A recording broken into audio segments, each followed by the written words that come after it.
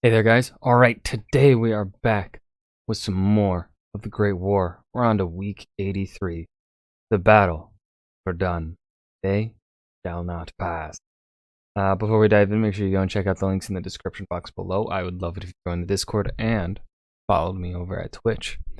We got an exciting episode this week. Fucking Battle of Verdun. Oh boy, here we go. This is what I've been waiting for. It's been a while since we've had like a actual known battle, I think. Like an actual popular, well-known battle. I can't remember the last one. I really can't. Oh, damn. I mean, has it been since Gallipoli? Huh. I don't know. There is only one thing I can say about this week. This week, the greatest battle that had ever been fought in history begins. So many hundreds upon hundreds of thousands of men would fight and die for such a tiny piece of land. It More so than the Battle of the Somme? had never been conceived before. This was Verdun.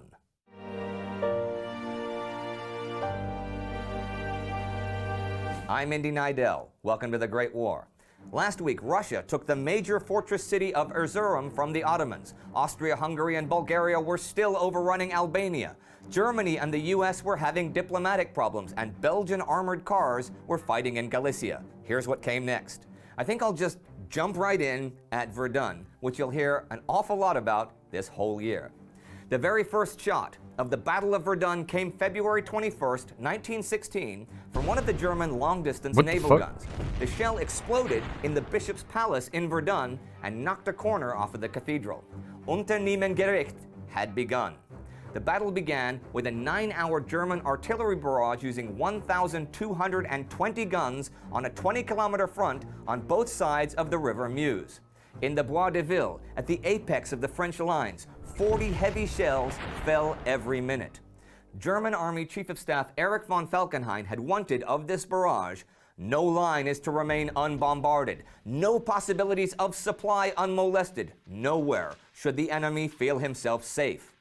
The Germans fired roughly 1 million shells during the barrage. You heard that right, 1 million shells. And you could hear the explosions 100 miles away in the Vosges. No way. Already by 8 a.m., nearly all French telephone communication to the front was cut off.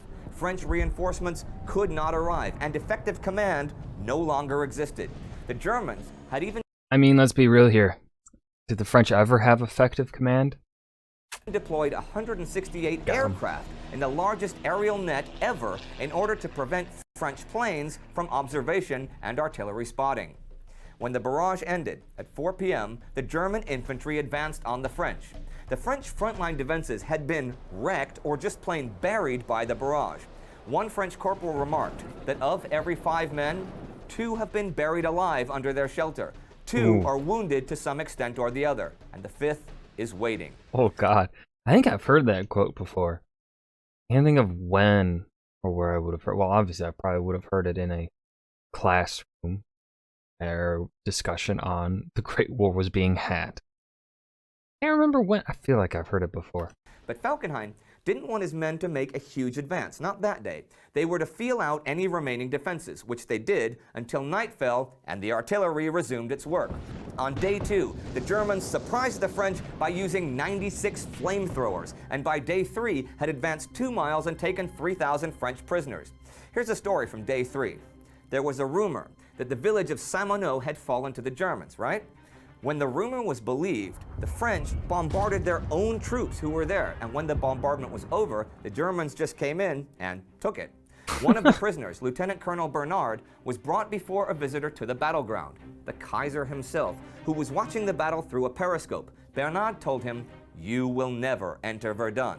But by February 25th, the French 51st and 72nd Divisions, holding the line from Herbebois to the Meuse, had suffered 60% casualties.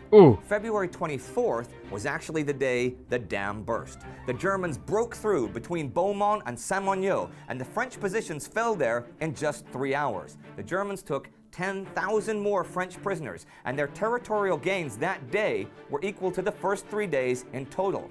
And by the evening, for the first time on the Western Front since the Battle of the Marne, The war was a war of motion. No more trenches, no barbed wire, no machine gun posts. French morale was crumbling, and the French artillery was ominously silent. Two main fortresses, Douaumont and Vaux, defended the city of Verdun. Fort Douaumont dominated the northern approach. Now, it had only been completed in 1913 and had 155mm and 75mm guns, as well as machine guns, all of which were housed in steel turrets. Thing is, the French company that manned the fort had been reassigned to the front lines, and the fort was basically empty. And on the 25th, it fell without a shot being fired. This had a huge psychological effect on both sides. The German advance finally stopped that day, only 2 miles from Verdun itself. At this point, the Germans were in a position to abandon Falkenhayn's plans and advance to the city itself, while the French could have given up Verdun, the whole salient, and made a more defensible line. But that night, at midnight, the defense of Verdun was given to General Philippe Petain. The French army leader, General I've never heard of him before. Joseph Joffre's chief of staff, Noël de Castelnau, knew what effect the loss of Verdun would have on national morale, and persuaded Joffre it must be held, hence Petain. But this was falling right into Falkenhayn's plans, when Petain ordered his men to beat off at all costs the attacks of the enemy and retake immediately any piece of land taken by him. He was reading a script written by Falkenhayn. Falkenhayn's plan was to attack the national treasure Verdun, and the French would have no choice but to defend and bleed the French army to death by attrition. Well, when Petain... Damn, Falkenhayn read the French like a fucking book. That's pretty impressive.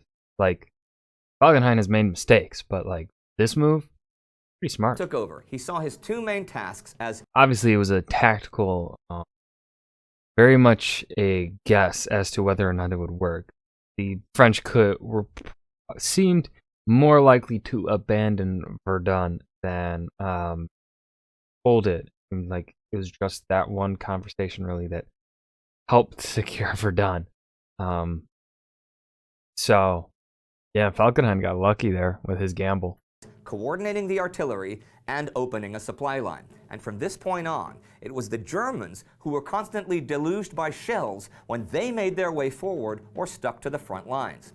And the road from Verdun to Bar-le-Duc became a supply route for trucks and trucks alone. 3,500 of them. The men marched in the fields on the sides of the road. If a truck broke down, it was pushed off the road so that the 24-hour traffic never came to a halt. Eventually, 12,000 trucks would be driving what became known as the Sacred Road. Damn. Petain was commander of the French Second Army, and in 1914 had actually been about to retire. He had seen the evolution of trench warfare, not from the rear, but as a frontline commander, and his conclusion was that it was not possible in one big jump to take all of the successive lines of the enemy, right? He recommended, just a few months before Verdun, limited offensives that didn't go further than artillery could reach, and only once the enemy was exhausted would breakthrough tactics be adopted. This would become the basis of his defense at Verdun. In 1914, enormous forts of reinforced concrete had proven vulnerable in Belgium, but Petain would make the inner ring of forts at Verdun the backbone of his tactical plans. He would use it as a barrage position. And turning our attention to another part of Europe, we see another barrage in progress. In Albania on the 25th, Austro-Hungarian artillery began to fire upon Durazzo, the capital. It had been evacuated the day before, and the closest thing Albania had to a ruler at the moment, Esad Pasha, had fled to Italy.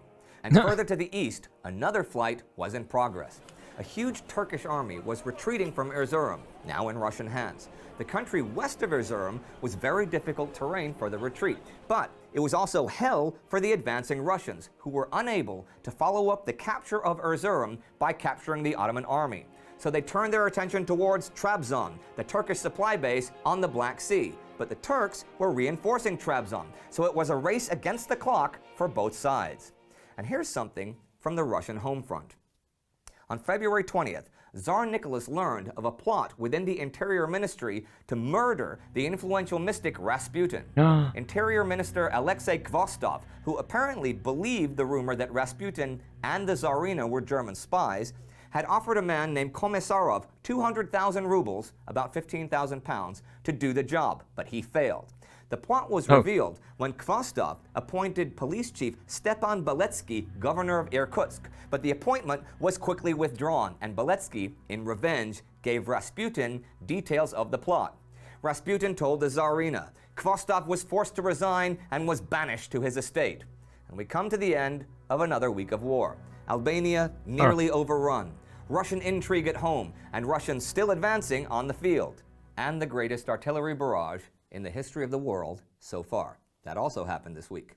At Verdun, to begin the Battle of Verdun. And 100 years later, what is Verdun? Alistair Horn wrote, Verdun was the First World War in microcosm, an intensification of all its horrors and glories, courage and futility. And here's a last something to remember today. Though there was a battle with more dead during the war, the proportion of casualties suffered to the number of men who fought was markedly higher at Verdun than any other World War I battle, as was the number of the dead in relation to the size of the battlefield. I cannot even begin to picture the carnage and destruction that fell exactly 100 years ago. Neither can you. Thank God for that. And even though artillery played such an important role at Verdun, close combat in the trenches was also, unfortunately, common. We started a small... And that was the Battle of Verdun. Well, the beginning of the Battle of Verdun, for this is not over yet, not even close. They shall not pass. The Great War, week 83. This was a good episode. However, there wasn't really anything for me to say, because that's one of the problems that comes with battle videos. As I've said, like, if you've watched my videos where I've reacted to what are the channel names? Kings and Generals. Channels like Kings and Generals, where they just pretty much primarily cover only the battles. There's less to really talk about when it comes to those sorts of videos. So even though they are more exciting, a bit more fun to watch, they also leave me with much less to say. But I hope you guys enjoyed. Remember to hit that like button and subscribe for more, and I will see you guys in the next video. Peace.